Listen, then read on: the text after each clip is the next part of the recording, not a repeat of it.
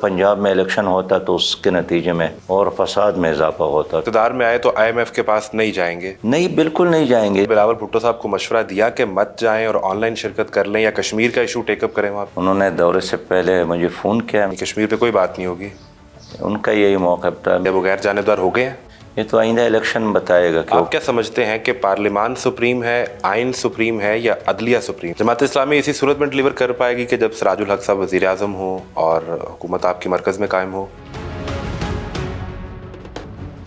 موجودہ سیاسی بحران سے نکلنے کے لیے انتخابات بہت ضروری ہیں، اور انتخابات کے لیے مذاکراتی عمل تو جاری ہے، لیکن سب سے پہلے مذاکرات شروع کروانے کے لیے جس شخصیت نے کوشش کی، امیر جماعت اسلامی سراج الحق صاحب سب سے پہلے وزیر اعظم سے ملے اور پھر عمران خان سے بھی ملاقات ہوئی.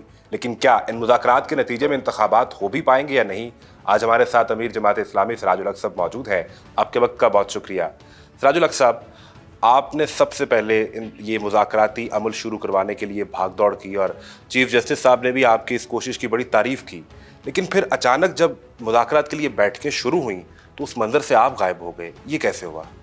ہم نے فردن سب کے ساتھ یہی بات کی کہ صرف پنجاب میں الیکشن سے مسائل حل نہیں ہوں گے یا 2 صوبوں میں، اس لیے پورے پاکستان میں الیکشن ہونا چاہیے اور ایک دن ہونا چاہیے، اور پھر مرکز اور صوبوں میں نگران حکومتیں قائم ہونا چاہیے.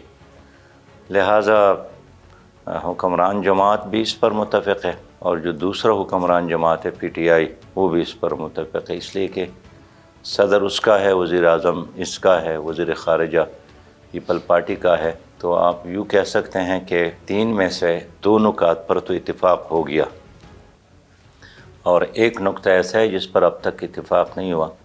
لہذا آگے چونکہ سینٹ چیئرمین کے دفتر میں یہ مذاکرات شروع ہو گئے، لہذا مزید میں ضرورت محسوس نہیں کرتا تھا، اس لیے کہ آلریڈی جو ہمارے نکات تھے وہ سامنے بھی آ گئے ہیں. آپ اس عمل سے خود ایک قدم پیچھے ہٹے کہ آپ کو کہیں سے کہا گیا کہ آپ نے 2 پوائنٹس پر تو اتفاق کروا دیا کہ انتخابات ہوں اور ایک وقت پر ہوں؟ بڑی حد تک تو ہم کامیاب ہو گئے.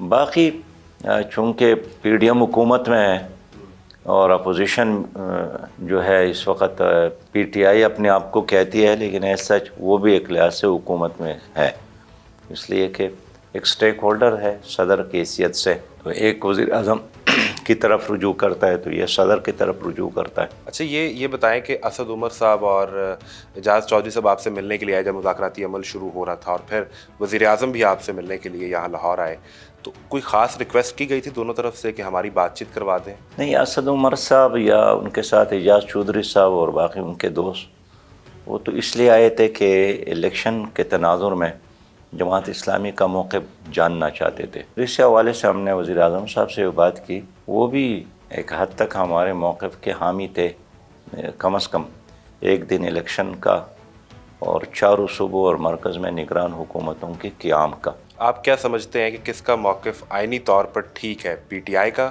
کہ 90 روز میں انتخابات ہوں اور فوری انتخابات ہونے چاہیے، یا PDM اتحادی جماعتوں کا کہ ابھی پیسے بھی نہیں ہیں اور سیکیورٹی کا مسئلہ بھی ہے اور ہم 8 اکتوبر کے بعد الیکشن کروائیں گے؟ اس پہ کوئی تبصرہ بے معنی اس لیے ہے کہ جب سپریم کورٹ نے خود ہی 90 کو 105 بنایا تو 90 تو ختم ہی ہو گیا.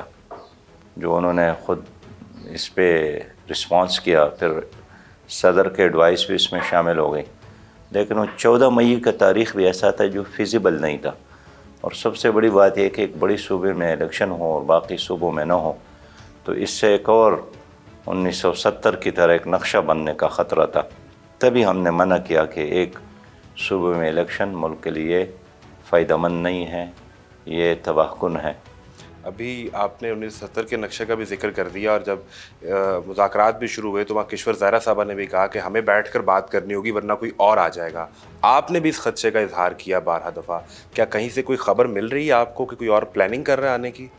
اب بھی میں یہی سوچ رہا ہوں کہ اگر اس طرح الیکشن ہو جس کا نتیجہ کوئی قبول نہیں کرے گا تو پھر بھی شاید کچھ لیڈروں کی انا کی تسکین تو ہوگی، لیکن نقصان ہوگا پاکستان کا اور غریب عوام کا. باقی یہ کہ کوئی تیاری کر رہا ہے یا نہیں کر رہا ہے، یہ تو انڈرسٹوڈ چیز ہے کہ جب سیاسی جماعت آپس میں لڑتی ہیں اور ایک دوسرے کی بات نہیں سنتے ہیں اور الیکشن جیسی چیز پر بھی متفق نہیں ہوتے ہیں، تو انجام کیا ہوگا؟ انجام وہی ہوگا جو ماضی میں ایک نہیں کئی بار ہم نے دیکھا ہے۔ یہ بتائیے کہ آپ نے بھی ذکر بھی کیا سپریم کورٹ سے جس طرح کے ریمارکس آتے رہے، جو اس وقت ہم عدلیہ کے اندر تقسیم دیکھ رہے ہیں، اس سے پاکستان کو اور پاکستان کے عوام کو کتنا نقصان ہوگا؟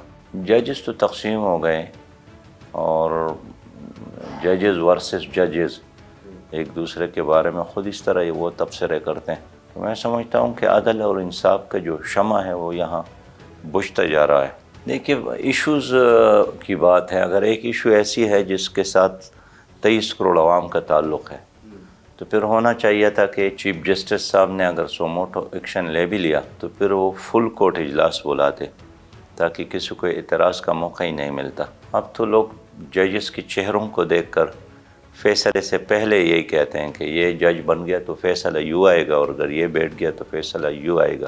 یہ بہت تکلیف دہ، افسوسناک اور ایک تباہ کن منظر ہے جو ہم دیکھ رہے ہیں۔ آپ کیا سمجھتے ہیں کہ پارلیمان سپریم ہے، آئین سپریم ہے یا عدلیہ سپریم ہے؟ بابا سپریم تو اللہ کی ذات ہے، ہم سب تو بندے ہیں۔ پارلیمنٹ میں کون ہے اور سپریم کورٹ میں کون بیٹھے ہیں؟ سب اللہ کے بندے ہیں۔ لیکن اللہ نے یہ اختیار تو عوام کو دیا نا کہ اپنے حکمران کا انتخاب کریں، اور وہ آئین کے تحت ہوگا، تو کیا آپ سمجھتے ہیں کہ ملک اور ریاست کے نظام کو چلانے کے لیے آئین کو سپریم تصور کیا جانا چاہیے؟ دیکھیے اس آئین میں یہی لکھا ہے نا کہ قانون سازی کرے پارلیمان، اس کی تشریح کر لے عدالت اور اس کو نافذ کر لے انتظامیہ۔ اب اس میں کہاں ابہام ہے؟ تو پارلیمان اور عدلیہ کی جو جنگ ہے اس میں ہم سنتے ہیں روز تقاریر ہوتی ہیں پارلیمنٹ کے فلور پہ کہ یہ ہم اس جنگ کو بابا نافذ کروا یہ کر رہیں عوام گے۔ کے لیے تو نہیں ہے، نہیں جنگ تو اس پہ نہیں ہے کہ ہم کشمیر آزاد کرنا چاہتے ہیں اور وہ نہیں دے رہے، نہ جنگ اس پر ہے کہ ہم آٹا اور چینی اور بجلی اور گیس اور ڈیزل کی قیمتوں میں کمی کرنا چاہتے ہیں اور وہ ہمیں اجازت نہیں دے رہے، نہ جنگ اس پر ہے کہ ہم سودی نظام کو ختم کرنا چاہتے ہیں، نہ جنگ اس پر ہے کہ ہم عافیہ کو واپس لانا چاہتے ہیں۔ اس طرح کسی عوامی ایشوز پر جنگ نہیں ہے، انا کی جنگ ہے۔ ہر کوئی کہتا ہے کہ میری انا آسمان تک پہنچ گئی ہے، جو بھی اس کے راستے میں رکاوٹ ہوگا ہم اس کو پاش کریں گے۔ لیکن صحیح بات یہ ہے کہ جب بھی کوئی حادثہ یا سانحہ ہوتا ہے اس سے پہلے ایسے ہی ماحول بنتا ہے۔ آپ کوئی بڑا حادثہ دیکھ رہے ہیں؟ یقیناً اگر ان لوگوں نے یعنی اپنے چادر کے اندر پاؤں نہیں رکھے اور الیکشن پر متفق نہ ہو سکے تو اس ملک میں وہی ہوگا جو 77 میں ہوا ہے، جو 97 میں ہوا ہے، جو ہمیشہ ہوتا رہتا ہے۔ وہی پاکستان ہے، وہی اسٹیبلشمنٹ ہے، وہی نظام ہے۔ ابھی بلاول بھٹو صاحب بھی بھارت گئے ہوئے ہیں، تو ان کے دورے کو آپ کس طرح دیکھتے ہیں؟ بہرحال یہ تو ایک علاقائی ممالک کی تنظیم ہے، اس کے دورے میں گئے ہیں۔ انہوں نے دورے سے پہلے مجھے فون کیا، میں نے کہا کہ اس پر کشمیر کے لوگوں کے شدید تحفظات ہیں اور انہوں نے ہمارے ساتھ بات کی ہے، میں آپ کو کنوے کر رہا ہوں، اور ہمارا سب سے اہم مسئلہ کشمیر ہے۔ تو ہندوستان آنا جانا اس میں پہلے یہ دیکھنا چاہیے کہ کیا ہم کشمیر کاز کے لیے جا رہے ہیں یا کسی اور کاز کے لیے۔ آپ نے بلاول بھٹو صاحب کو مشورہ دیا کہ مت جائیں اور آن لائن شرکت کر لیں یا کشمیر کا ایشو ٹیک اپ کریں وہاں پہ؟ میں نے بالکل یہ بات کی، کشمیر کا ایشو وہاں اٹھا لے۔ اس نے یہی کہا کہ جو میٹنگ کے قواعد اور ضوابط ہے اس میں یہ ہے کہ جو علاقائی ممالک کے درمیان اندرونی تنازعات ہے وہاں نہیں اٹھائیں گے، یعنی کشمیر پہ کوئی بات نہیں ہوگی؟ ان کا یہی موقف تھا۔ میں نے کہا کہ میڈیا ہے، لوگوں سے ملاقاتیں ہیں، اور ایک وزیر خارجہ کو جب بھی موقع ملتا ہے دنیا میں کسی بھی وزیر خارجہ سے، کسی بھی فارنر سے، اس کا اولین موضوع کشمیر ہی ہونا چاہیے۔ اچھا، اسد عمر صاحب نے آپ کو ایک قانونی نوٹس بھجوایا، آپ نے ایک پریس کانفرنس میں کہا کہ 170 ارب روپیہ ملک سے باہر پڑا ہوا ہے، اس میں اسد عمر کا نام آپ نے لے دیا اور انہوں نے پھر آپ کو قانونی نوٹس بھجوا دیا، تو اس پر کیا کہیں گے؟ یہ کوئی ایسا راز نہیں ہے، جو پاکستانی سیاستدان ہیں، پاکستانی بیوروکریٹ ہے، کاروباری لوگ ہیں، ان کا یہاں بھی پیسہ ہے، باہر بھی پیسہ پڑا ہے۔ باقی اسد عمر کے حوالے سے ایک تو وہ نوٹس مجھے ملا نہیں ہے، یہ تو ایسے آپ اخبارات کی بات کرتے ہوں گے، لیکن وہ چیز ہم نے بیان کی ہے جو الیکشن کمیشن کے ویب سائٹ پر ہے کہ کس کا کتنا سرمایہ ہے. تو اس میں کچھ دیگر لوگوں کا نام بھی لیا، لیکن اسد عمر نے اس پہ کہا کہ میں قانونی نوٹس بھجواؤں گا، کیونکہ 1991 کے بعد ان کا یہ دعویٰ ہے کہ میرے کوئی پیسے باہر موجود نہیں ہیں. کیا آپ نے کچھ نہیں، ڈاکومنٹس باہر کی دیکھے ہیں؟ بات نہیں ہے، باہر کی بات نہیں ہے. پیسے ادھر وہ تو الیکشن کمیشن کے اس پہ موجود ہے. میں نے وہی بات کی کہ ان کے اتنے کروڑ ہیں، ان کے اتنے ارب ہیں، ان کے اتنے ارب ہیں. ان میں سے بعض ایسے ہیں جن کا پیسہ باہر پڑا ہے، ان میں سے کچھ ایسے ہیں جن کے پیسے ادھر ہیں. لیکن یہی وہ سیاسی لیڈر ہے کہ اگر اس مشکل وقت میں پیسہ عوام پر نچاور کر لے تو یہ قرضے ہمارے ختم ہو سکتے ہیں. آپ پاکستان تحریک انصاف کے اتحادی رہے کے پی میں، اور پی ڈی ایم کی جماعتوں میں آپ شامل نہیں ہوئے، تو کیا ہم یہ دیکھیں کہ آئندہ کبھی دوبارہ تحریک انصاف سے اتحاد ہو سکتا ہے جماعت اسلامی کا؟ اور اس خٹک صاحب تھے، میں سینئر منسٹر تھا، وہ روز ادھر آ کر دھرنے پر بیٹھتے تھے، لیکن میں تو ایک دن نہیں گیا، ایک گھنٹے کے لیے نہیں گیا. شاہ محمود صاحب نے مجھے کہا کہ آپ اکیلے اگر صرف چند منٹ کے لیے آ جائے کنٹینر پر، لیکن میں تو کبھی نہیں گیا، اس لیے کہ ان کی سیاست اپنی ہے، ہمارا ایک نظریاتی اصولی سیاست ہے. ہم اپنے پچ پر اب بھی ویسے ہی کڑے ہیں. تو ان سے حکومت کی صورت میں اتحاد ہو سکتا ہے، دوبارہ بیٹھ سکتے ہیں؟ اس وقت ہمارا اپنا ڈیسیجن یہی ہے کہ پی ٹی آئی نے بھی حکومت کی، پی ڈی ایم نے بھی حکومت کی، پیپلز پارٹی نے حکومت کی، سب ایکسپوز ہو گئے اور لوگوں نے ان کے اندازی حکمرانی کو جانا، اور سب لوگ یہ سمجھ گئے کہ کرپشن میں اضافہ ہوا، معیشت تباہ ہو گئی، قرضوں میں اضافہ ہوا، غریب آدمی کے لیے زندگی اجیرن اور مشکل بنا دی گئی ہے.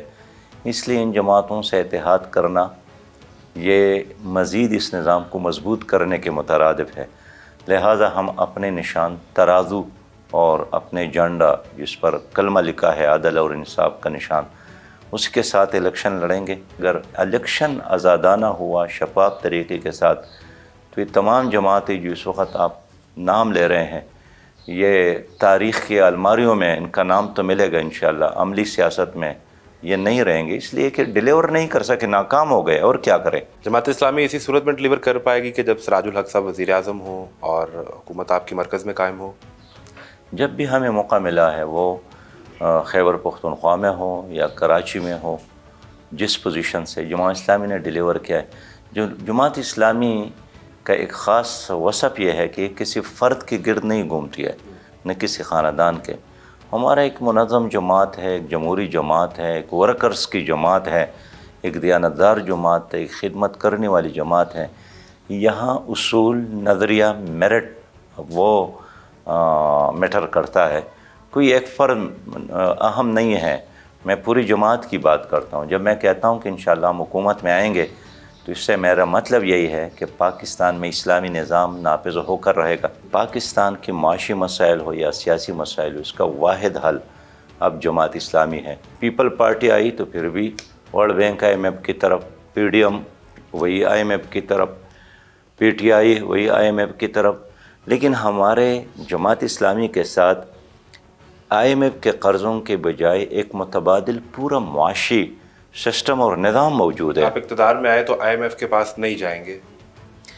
نہیں، بالکل نہیں جائیں گے، اس لیے کہ وہاں 22 بار جانے کے باوجود بھی قرضوں میں اضافہ ہوا، مسائل میں اضافہ ہوا، اب کا مشکل تو حل نہیں ہوا. جماعت اسلامی کی ایک بڑی طویل جدوجہد ہے اور بہت سے لوگ سپورٹ بھی کرتے ہیں. ہم لوگ بھی یہ سمجھتے ہیں کہ جماعت اسلامی کے جو لوگ ہیں سچے لوگ ہیں، کھرا کردار ہے.